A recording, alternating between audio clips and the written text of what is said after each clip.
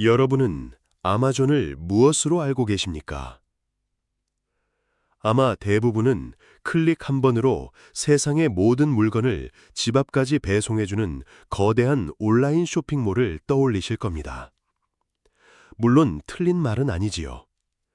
2024년 아마존의 전체 매출 6,380억 달러 중 온라인 마켓플레이스 매출은 2,470억 달러에 달했습니다. 하지만 만약 제가 아마존의 심장은 더 이상 온라인 쇼핑이 아니라고 말씀드린다면 어떠시겠습니까? 아마존 제국의 진짜 왕관은 눈에 보이지 않는 곳, 바로 클라우드에 있다는 사실을 알고 계셨나요?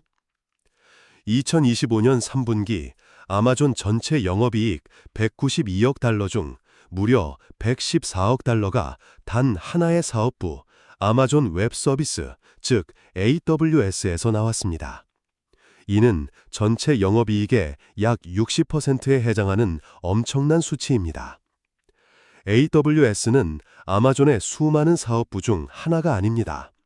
아마존의 성장 엔진이자 막대한 현금을 창출하여 다른 사업부의 적자를 메우고 미래 기술에 투자할 수 있게 만드는 캐시카우, 즉 현금 창출은 그 자체랍니다. 2025년 3분기 기준 AWS의 연간 매출은 약 1,320억 달러 규모로 추정됩니다. 이는 웬만한 글로벌 대기업의 전체 매출을 훌쩍 뛰어넘는 수준이지요. 전 세계 클라우드 인프라 서비스 시장에서 AWS는 2025년 3분기 기준 약 29%의 점유율로 부동의 1위를 지키고 있습니다.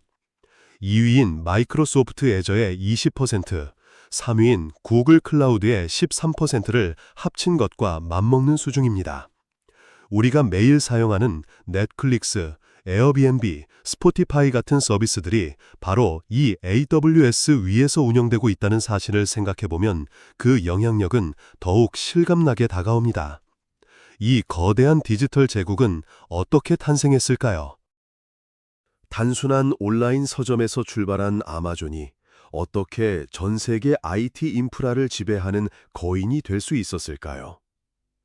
그리고 이 보이지 않는 전쟁터에서 마이크로소프트와 구글은 어떤 전략으로 AWS의 아성에 도전하고 있을까요? 이 이야기의 끝에서 우리는 아마존의 진짜 모습과 미래 비즈니스의 핵심을 발견하게 될 것입니다. 모든 위대한 혁신이 그렇듯 AWS의 시작은 거창한 계획이 아닌 아마존 내부의 절박한 필요에서 비롯되었습니다. 2000년대 초반 아마존은 급격히 팽창하는 온라인 쇼핑 사업으로 인해 심각한 성장통을 겪고 있었지요. 매년 연말 쇼핑 시즌이 되면 폭주하는 트래픽을 감당하기 위해 엄청난 규모의 서버를 증설해야 했습니다. 하지만 연휴가 끝나면 이 서버들은 대부분 유휴 상태로 남아 막대한 유지비만 축내는 애물단지로 전락했답니다. 이는 아마존의 수익성을 갉아먹는 심각한 문제였고, 당시 CEO였던 제프 베조스는 이를 해결하기 위한 근본적인 방법을 고문하기 시작했습니다. 이때 앤디 제시라는 인물이 등장합니다.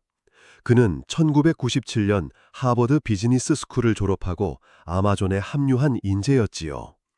2003년 그는 제프 베조스의 그림자 고문, 즉 CEO의 생각을 가장 가까이에서 읽고 조언하는 역할을 맡게 됩니다.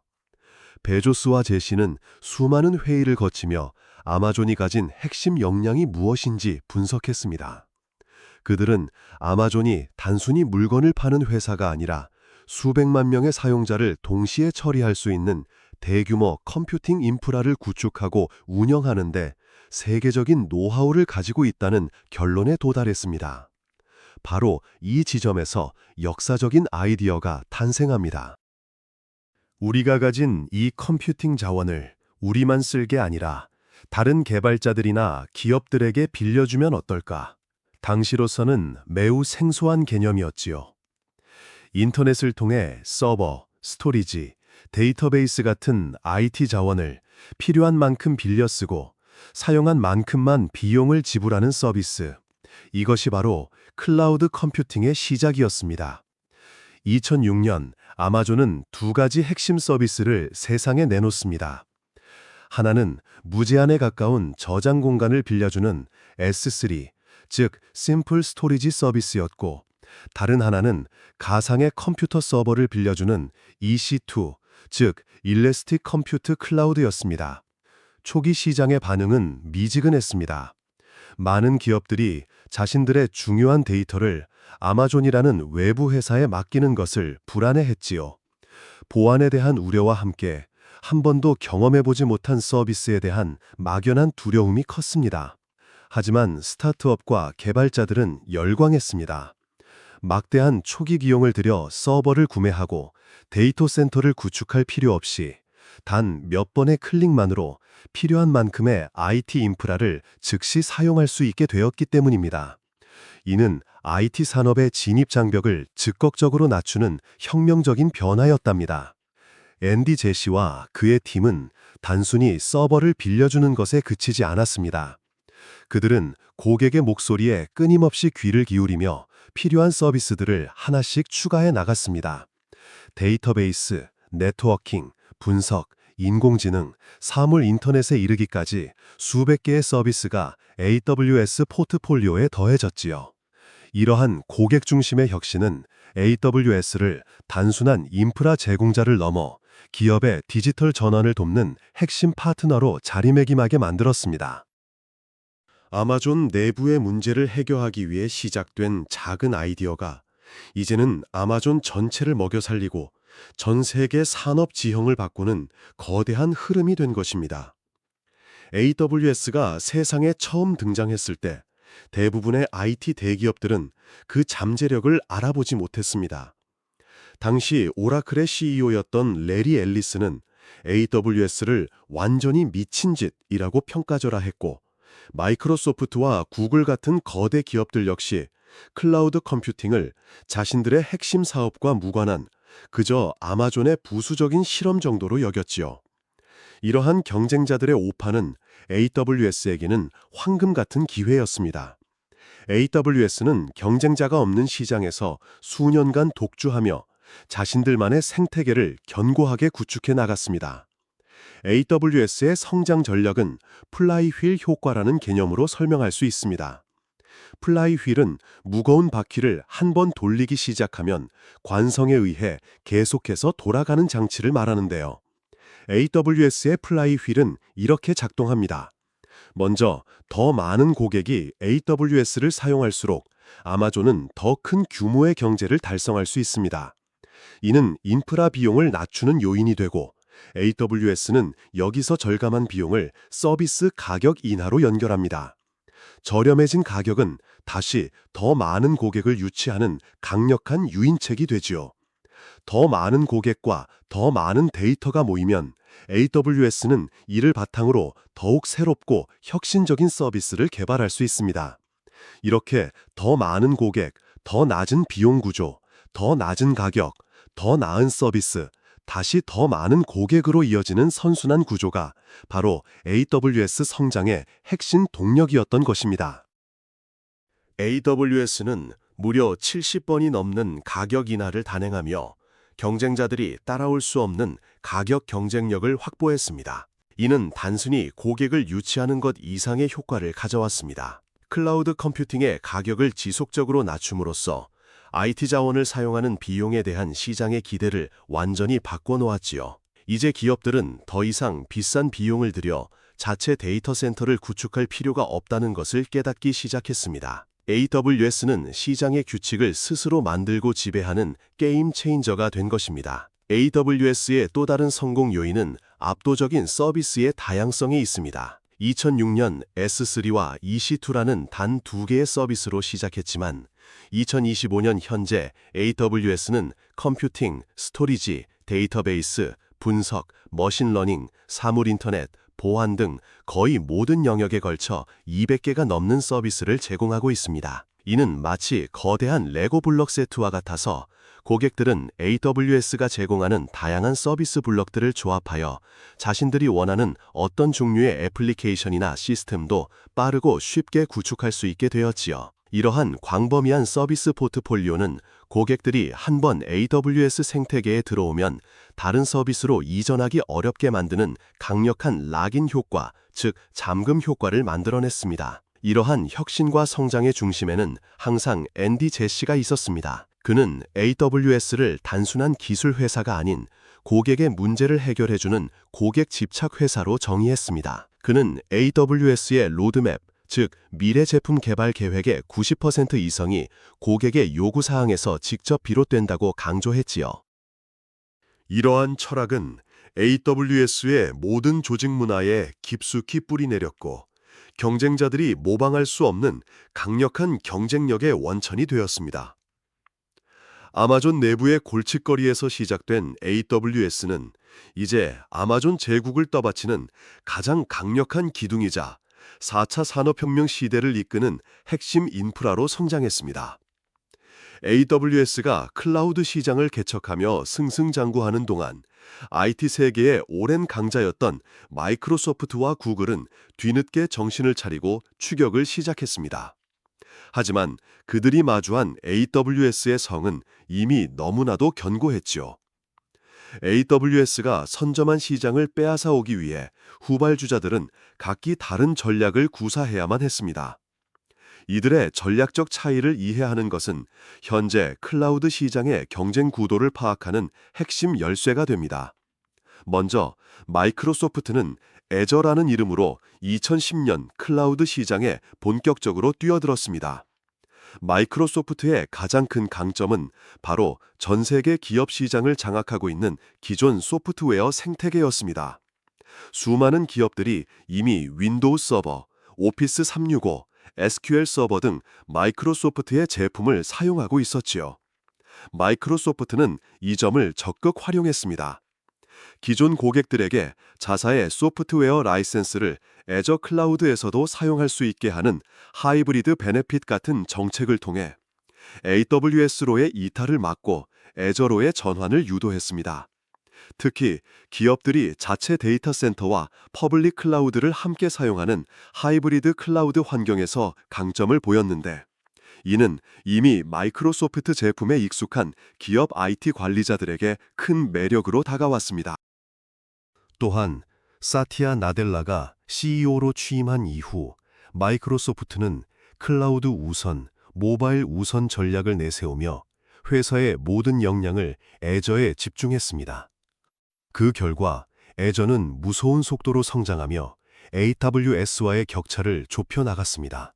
2025년 3분기 기준 애저 및 기타 클라우드 서비스 매출은 전년 동기 대비 40%나 성장하며 같은 기간 20% 성장한 AWS를 압도하는 성장률을 보여주었습니다. 2025년 2분기 기준 애저의 시장 점유율은 20%까지 상승하며 AWS의 뒤를 바짝 쫓고 있습니다. 반면 구글은 구글 클라우드 플랫폼으로 이 경쟁에 참여했습니다.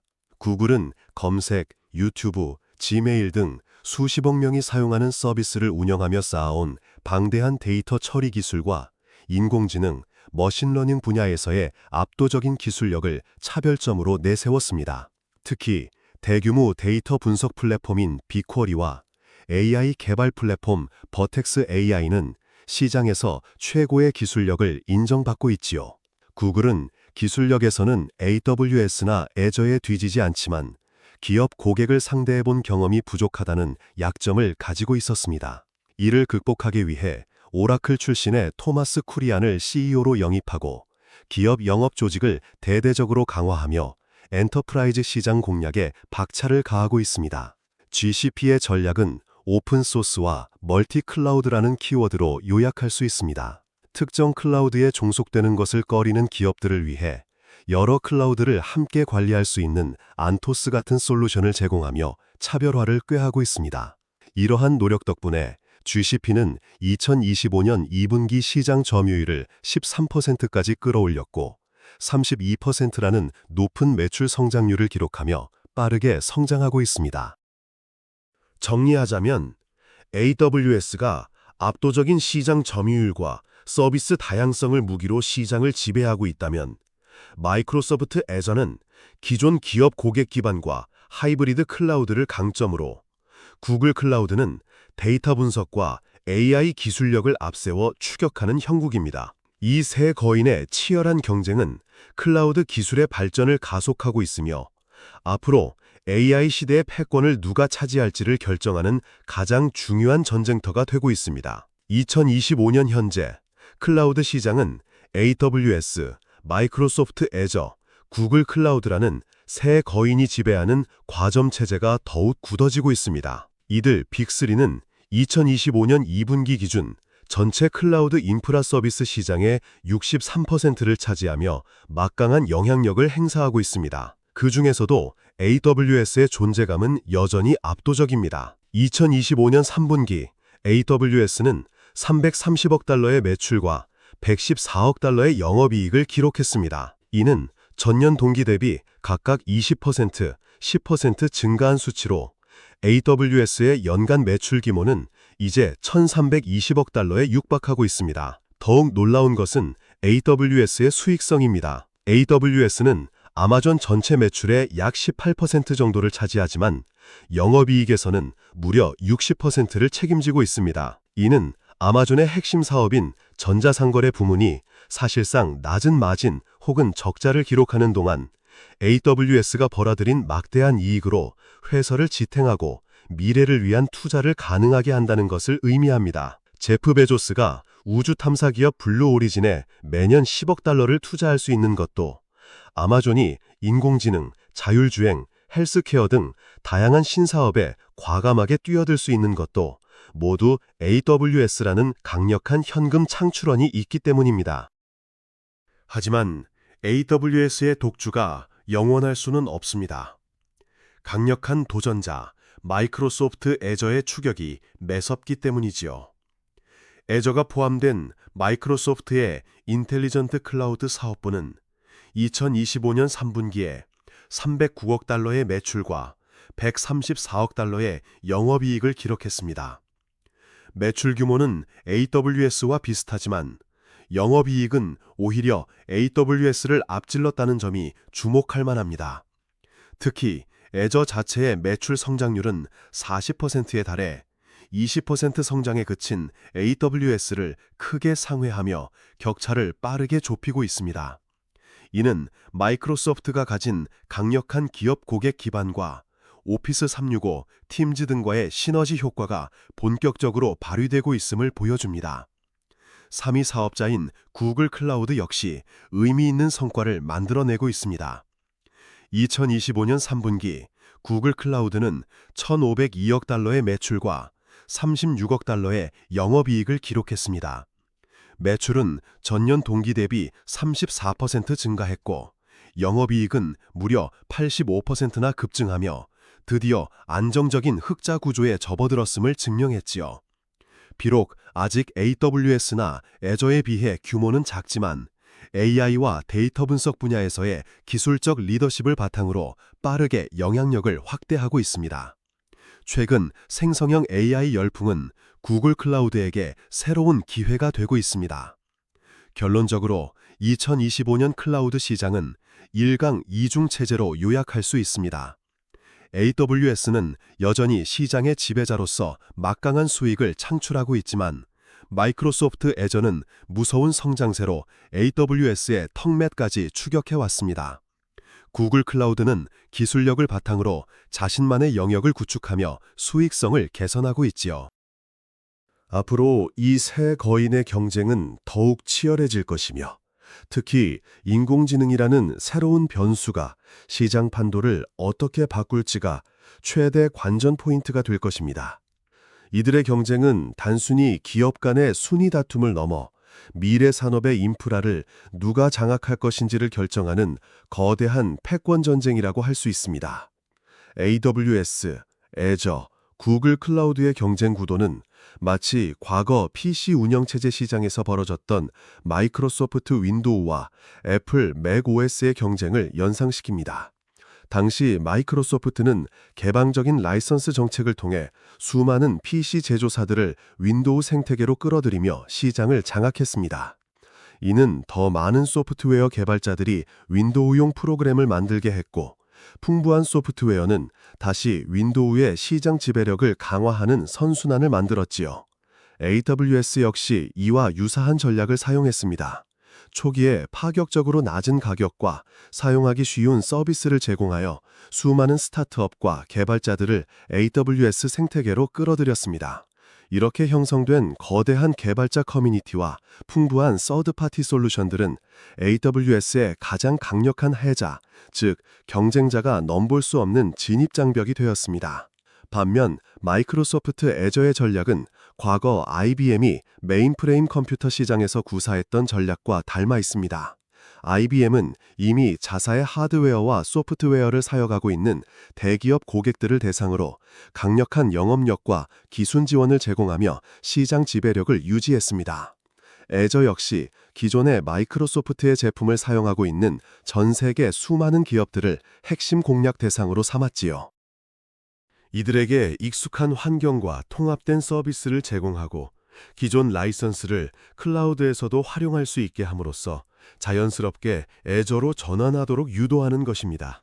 특히 기업 내부 서버와 클라우드를 함께 사용하는 하이브리드 환경에 대한 강력한 지원은 다른 경쟁자들이 쉽게 따라오지 못하는 애저만의 차별점입니다.